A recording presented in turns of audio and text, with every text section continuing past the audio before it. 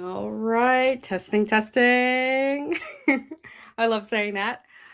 Welcome, welcome. Hello, hello. Welcome to Dancing Dragons Live. I'm your host, Coach Stella, and it is currently Thursday, February 19th, 7 p.m. Eastern Standard Time. And right now, somewhere in your kitchen, there is food that was engineered by scientists to make you eat more of it, even when you're not hungry. And it's not because you're weak, it's not because you lack discipline. It's because it was designed to override the system in your brain that normally tells you to stop. And here's the unsettling part. Come a little closer. Most people eat these foods every single day thinking they're normal, right? These health food diets, right? Just normal steak and eggs or a high quality protein is now considered a healthy diet, a healthy fad diet. It's a trend, when in reality, it's how we should be eating. Now, today we're going to take a calm scientific look at processed food. Now, I'm not here to fearmonger you. I'm telling you what it really is, what it does inside your body, and why so many people today feel tired, inflamed, constantly hungry, and stuck with their health despite trying everything. You know, my motto for my clients is, are you sick and tired of feeling sick and tired? This is a main point to that. This is why many people are feeling tired of being sick and tired. Now, if I don't remember, a couple live streams ago, I mentioned how modern society takes advantage of our primal wiring. The food industry is a prime example of how they take advantage of our dopamine reward pathways and then scale it to profit. Once you understand this, you don't need more willpower. You need different information. Now, before we break down the different levels of food processing, I want you to understand why this topic matters to me personally. So, my parents were older when they had me, and like many families at the time, they didn't have the best information about nutrition. So, growing up, I started paying attention on my own. By the time I was 7 years old, I was already reading nutrition labels. I remember pouring the canola oil in the garbage because I instinctively felt it wasn't good for us. I even remember noticing how it tasted when it was exposed to high heat. It had this weird bitter aftertaste, and it just ruined the food that we were about to consume. So the curiosity about what we eat and what it does to the body never really left. It's only been festering all these years. So let's use the same curiosity now, because once you understand the spectrum of food processing, labels start making a lot more sense. Now, you should be asking me, all right, Stella, what is the problem with processed food? I am eating it all the time. I pack Doritos with me for lunch. I'm fine. I don't see a problem with it. All right, that's fine. You could eat whatever you want, but let me show you something, right? Let's take a look at this. Okay. So take a look at this. This is a daily caloric intake. We have a side that says ultra processed versus whole foods. Harvard researchers estimate that nearly 60% of calories in the American diet come from ultra processed foods. That means more than half of what people eat isn't whole food. It's industrial formulations made from refined ingredients. Now, compare that with the CDC data. 6 in 10 adults have at least one chronic disease, while 4 in 10 have comorbid diseases like heart disease, type 2 diabetes, obesity, fatty liver disease, hypertension. Shall I go on?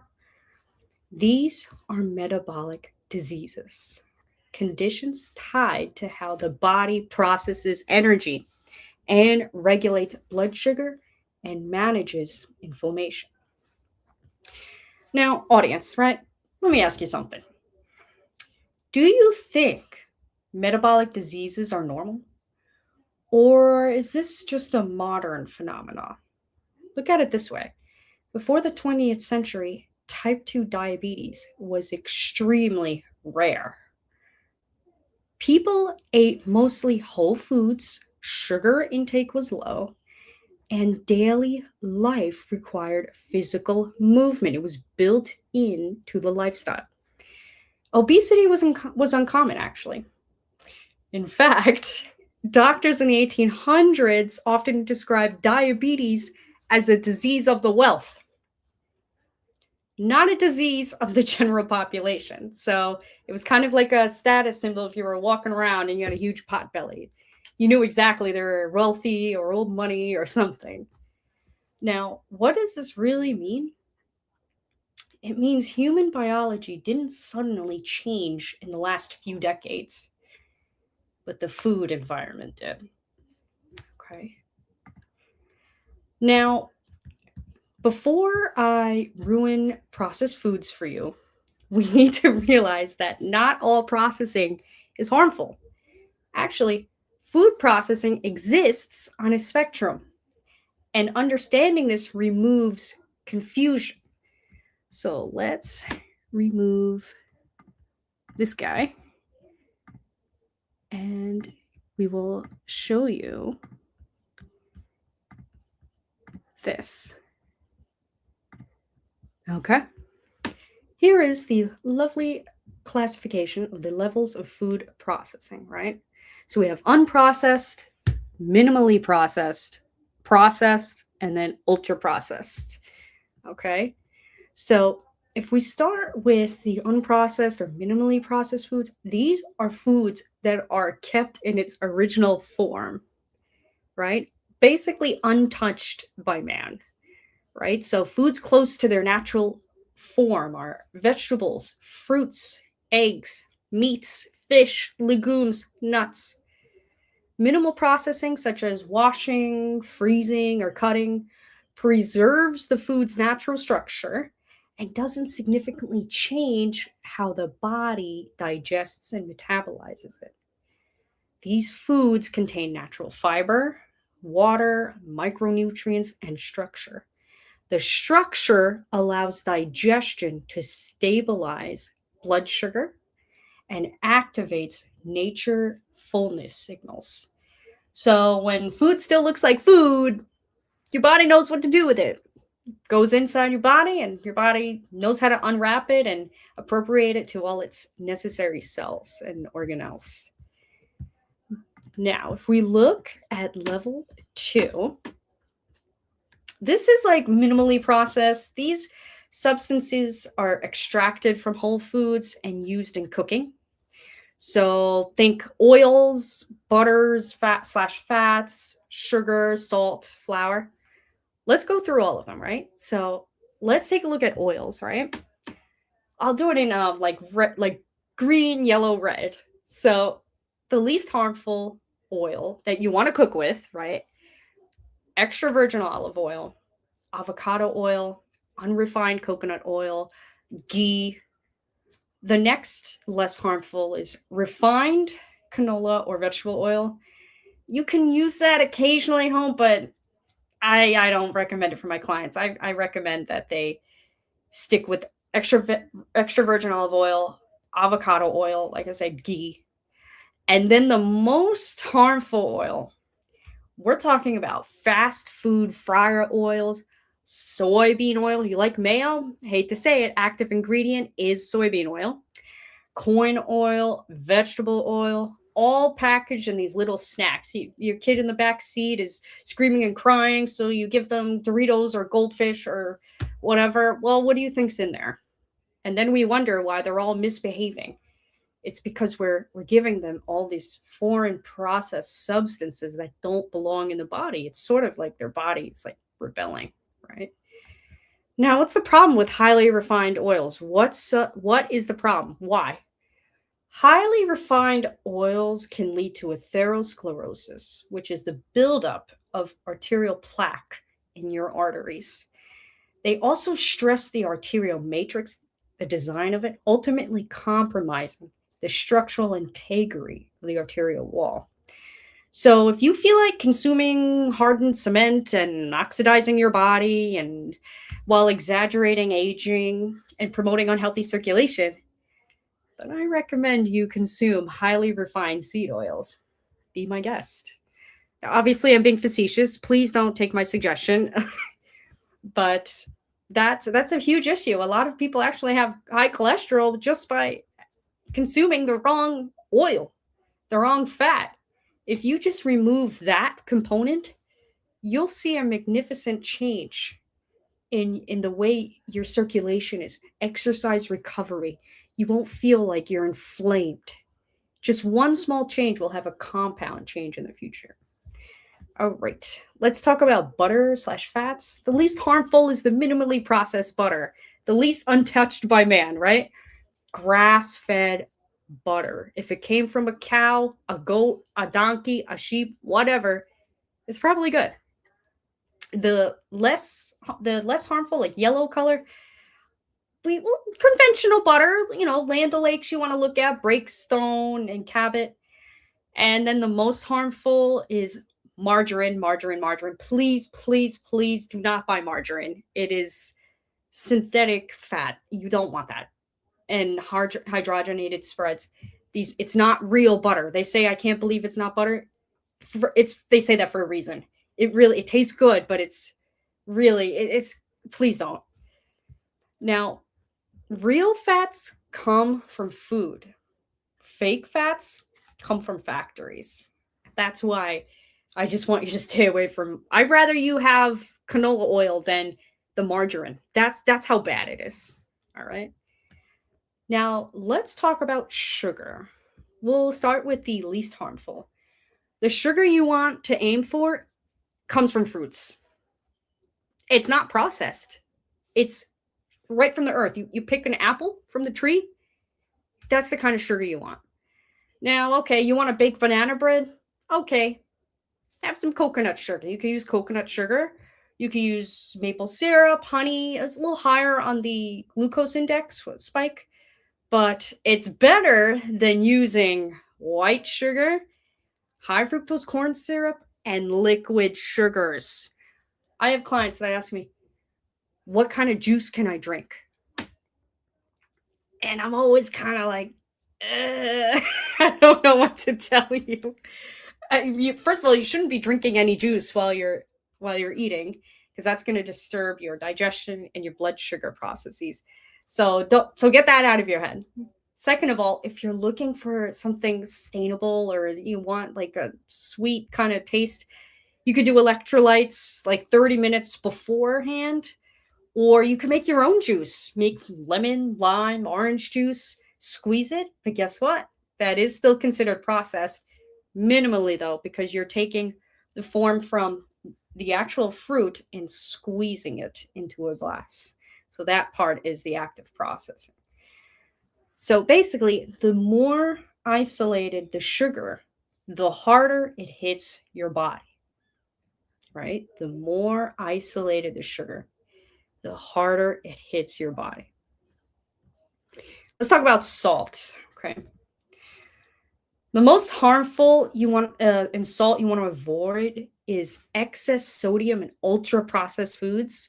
So think table salt. It's stripped of all of its nutrients. It goes through a process where all the nutrients, micronutrients, minerals are just totally bereft of anything good. So while it's raising your blood pressure, it's also stressing your kidneys out, because your kidneys are wondering where's all the nutrients. So it makes them angry. You don't want angry kidneys, right? So the next less harmful salt in cooking, you can use sea salt. It's just evaporated from the seawater, and it's with some added minerals left over, but it's less refined than table salt. And then if you want the most the least harmful salt, think Himalayan salt. It has that nice pink color, but it does retain all the minerals and micronutrients that you need. Which brings me to say, salt isn't the problem. Processed food is the delivery system, right? People say, oh, I can't have salt. Well, yes, okay, people that are on a DASH diet, yes, please limit your salt. However, if you're going to limit your salt, consume salt that is the least harmful. So Himalayan salt, right? That will give you the necessary electrolytes needed. You know, a lot of people suffer from dehydration. They don't even know it. Just a sprinkle of Himalayan salt in your water, you're going to feel electrified because we need salt, believe it or not. All right, flour. Let's talk about flour. So the most harmful, anytime you're looking at your breads or anything in the store and you see the ingredients refined, enriched flour, please throw it across the aisle. All right. Well, don't do that, but you know what I mean, right? It's stripped of all the there are nutrients in grains, but when we enrich it, it's stripped. There's nothing left. It's just sugar and salt that's left in the product. Its original nutrient qualities are completely gone from nature. So like I said, anytime you see those are red flags, refined white / enriched flour, stay away from it. Your best bet, if you want bread, either make it yourself or go to the bakery and look for sourdough or rye. You want natural as it can get, right? So the next less harmful refined flours, think like whole wheat flour if you want to make, like I said, banana bread or something. Think whole wheat flour, buckwheat, oat flour. If you want to make pancakes, you can use those. Those aren't as bad. They're not too stressful on our sugar levels. It's okay. I've actually used oat flour and buckwheat flour before, and I like how it works on me. I have no problem with it. Now, if you want the least harmful flour, you're going to want to stick with the intact grain. So either bran, germ, or endosperm. I'll be honest, no one's doing that. I don't do that. If you are, good for you. You're hardcore, but I'm not. I'm going to stick with buckwheat or wheat flour or oat flour. I'll just stick with those. Or almond flour is good too, right? Just think of it this way. The more the grain is pulverized, the faster it becomes sugar in your blood. Right? Because carbohydrates are just another fancy name for sugar. It needs to get processed, and it gets processed into a sugar. So if you're consuming something like enriched wheat flour, that just means automatically sugar. But if you're processing wheat flour, it's not going to take as long it's going to take longer to process inside your body versus the enriched wheat flour, right? It's less of a sugar spike. Think of it that way. All right. Now let's look at level 3, processed foods. All right. This is going up the tier. So these are foods altered to preserve or enhance flavors while still recognizable as food. Start approaching these foods with more discretion when reading the label. It becomes more nuanced at the grocery store. Processing here typically adds salt, oil, or fermentation. It's not a complete reconstruction. It's more additives, right? So for example, if you're looking at cheese, right, you want to look for sodium phosphates. It's common in cheese products, right? Fresh bread, you want to look for calcium propionate. It's a mold inhibitor in packaged breads. That's why I suggest going into the bakery, because you're not going to have all that extra BS, right? You want some canned beans. You don't want to soak the beans overnight yourself. All right. You want to look for calcium disodium EDTA. It preserves color and texture and added salt. So keep an eye on. I mean, yes, you can rinse off the beans, but it's still not enough. Your best bet is just soaking some beans overnight, and then you got some beans in the morning, right? Pickled food. If you're looking at pickled foods, you want to look for sodium benzoate. That is a shelf life preservative. And then if you're looking at smoked / processed meats, you want to look for sodium nitrate. It's a preservation tool plus color retention. And your kidneys also do not like sodium nitrate. It's a big no-no. My dad loves cold cuts, and I always yell at him because he's also diabetic. So diabetes, kidney disease, they don't go hand in hand. I know he sneaks cold cuts when I'm not around. All right. Let's take a look at level 4, ultra processed foods. Let me first remove this guy. And we will add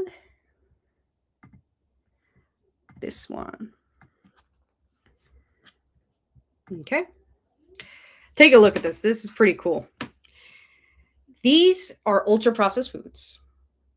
And these foods are industrial formulations made primarily from minimally processed foods, what I just spoke about before. And then they turn them into refined ingredients and additives, right? This category is the most nutritionally depleted and the furthest removed from food in its natural form. These products are engineered for shelf life, palatability, rather than nourishment, right? So I have this chart here. I want you to take a note, take a picture, whatever, because these ingredients will tell you what to avoid, right? So, like, take a look. Like, for refined flour, I spoke about this before. It's going to have enriched bleach flour. Stay away from it. Added sugars. You want to stay away from high fructose corn syrup, right? It's going to rapidly alter your sugar spikes, right?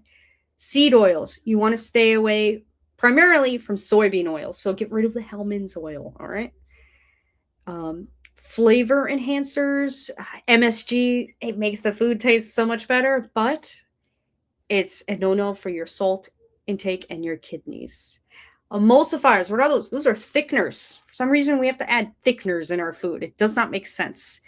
You want to look for polysorbate 80. Okay, that is a gut destroyer. I have so many people that come to me that say that they take these protein drinks and they have all of this. And I'm asking them, I said, do you know what that is? And they said, no. Okay. I said, how's your digestion been? They're like, well, ever since I started this protein powder, it just hasn't worked for me. I said, why don't you look at polysorbate 80? Start with that.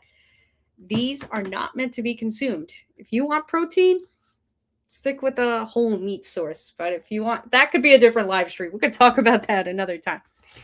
Now, preservatives, stay away from sodium nitrate. Those are the salts that are going to just inflame you. You're going to feel so inflamed with sodium nitrate.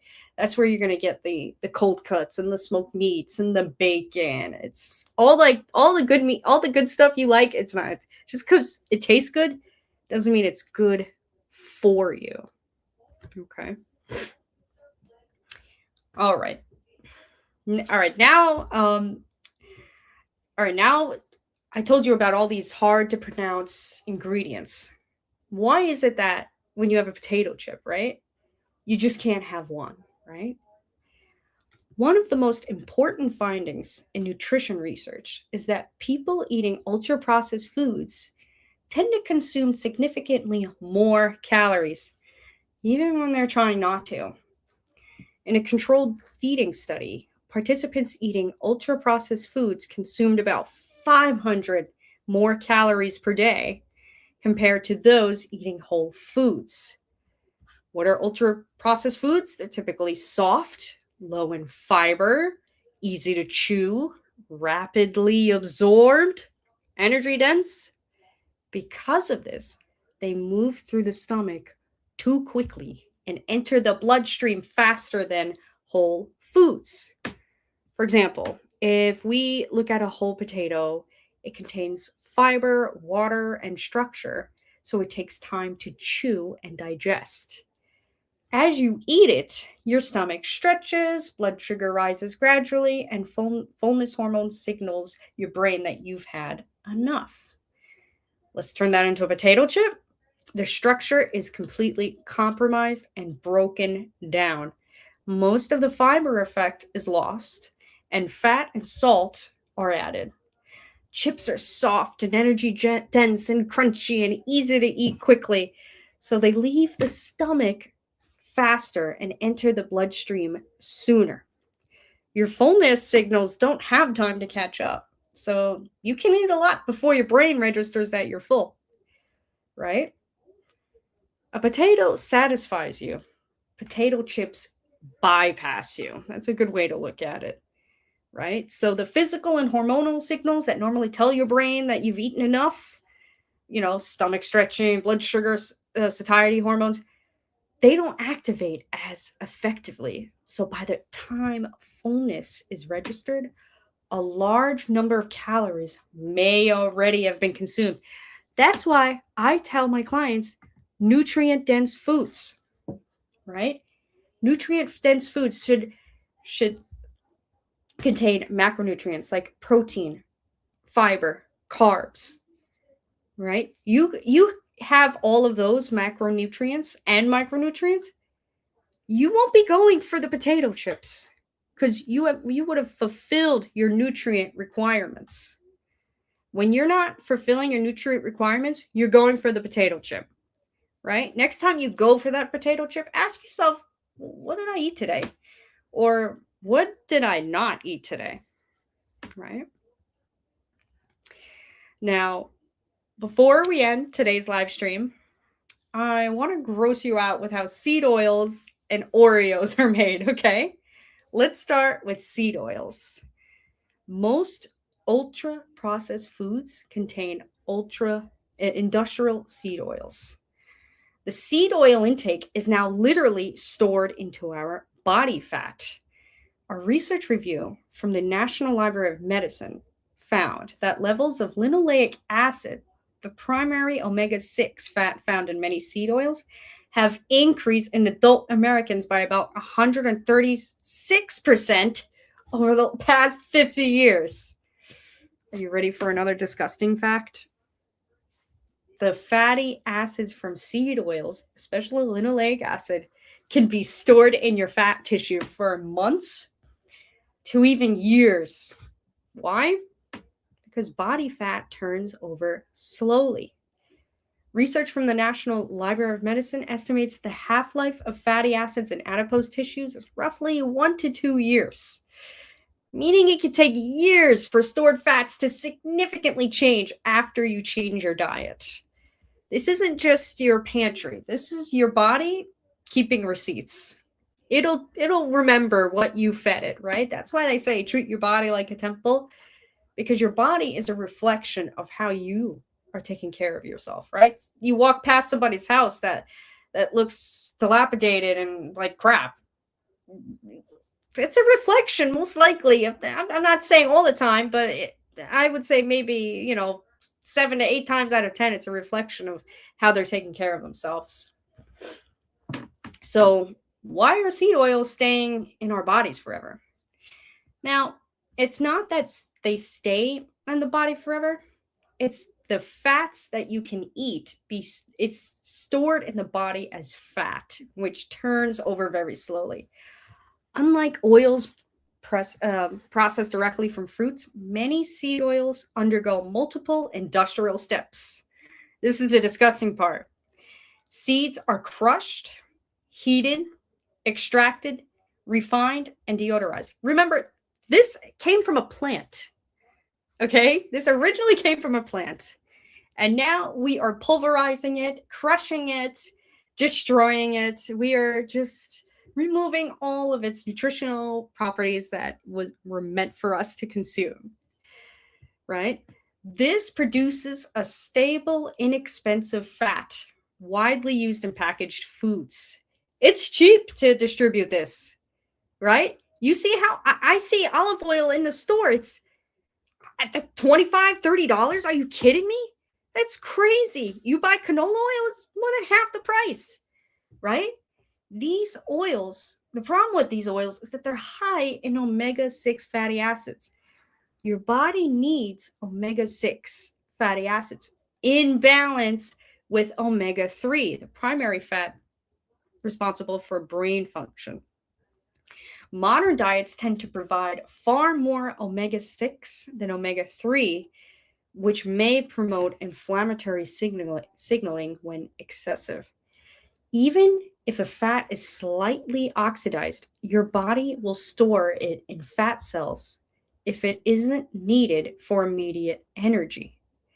Once stored in adipose tissue, it's essentially on reserve as backup fuel because most people eat regularly throughout the day. The body rarely needs to tap deeply into those long-term fat stores. So older fat stores can remain there for longer periods. In summary, I wouldn't even put that in my car. Okay. Yeah, trust me. If you come to my house and you see that I have canola oil, that I am a clone of some of myself. I'm not me. I do not have canola oil in my house. I have olive oil and avocado oil and coconut oil. That's what I have. All right. The star of the show today. I got a question for you guys. Who here likes Oreos? Or maybe taking one side of the cracker and putting peanut butter on them, like from the movie The Parent Trap, or dipping them in milk. Did you know that Oreos are considered vegan? And it's for the wrong reason. There are no animal byproducts inside the cream.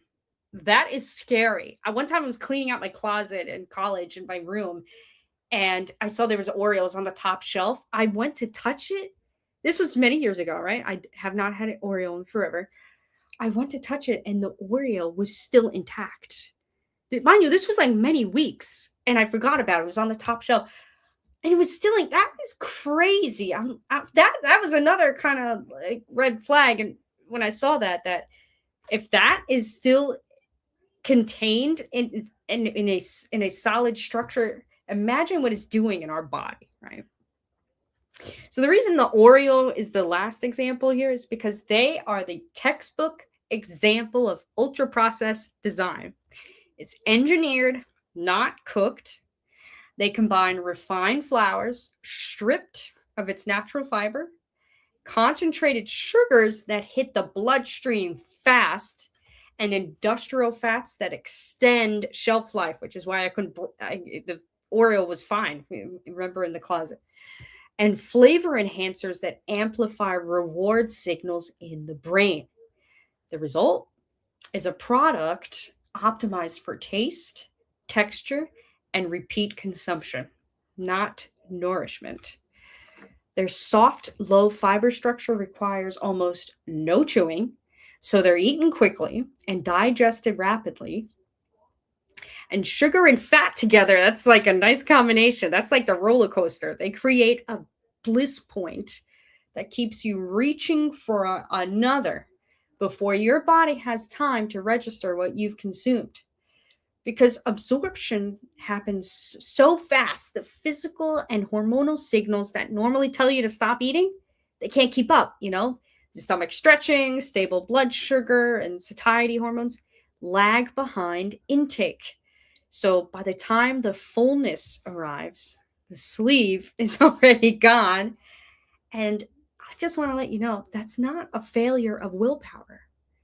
It's the predictable outcome of the food engineered to run your biology. Okay? Now, I have a little video for you guys. Okay. You are literally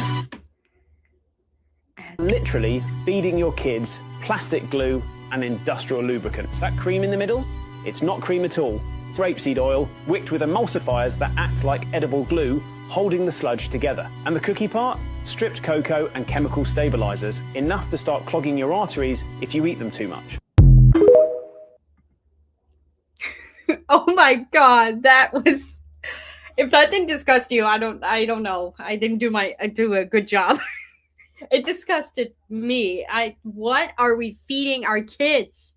Oh my goodness. How? And then they're giving these medications in school to help them focus. Let's start with the food first, and then maybe we could talk about medication, right? I mean, the video just has such a hold on me. But here's the hard truth. You can't out-discipline a food system designed to override your biology. But you can opt out one choice at a time. Eat closer to nature and your body starts acting like itself again. And I hate to say it, you are what you eat. So what are you becoming? All right, that marks today. I hope you guys had fun. I know I did. This is such an important topic for me. You know, I tell my clients RTL, you know, when they're at the grocery store. What does that mean? Read the label. My dad used to be he's a retired math teacher. He would tell his students RTP, read the problem. Well, for me, I adopted RTL. Anytime you're at the grocery store, I want my voice in your head and I want it to say, are you really going to eat that? All right. I want everybody that watches this show and everybody that I help to pay attention to what they're putting in their body because you need to take responsibility for your health, right? Your family depends on that. Your children depend on that. Your pets depend on that. Your work does not want you to call out, right? Your work does not want you to be calling out 2 weeks in a row because you feel inflamed and your stomach hurts. They don't want to hear that. They want to see you powering through, obviously, so that they could make money for the company. Yes. But your health is important in multiple disciplines in your life. All right. I had fun. Take care, guys. All right.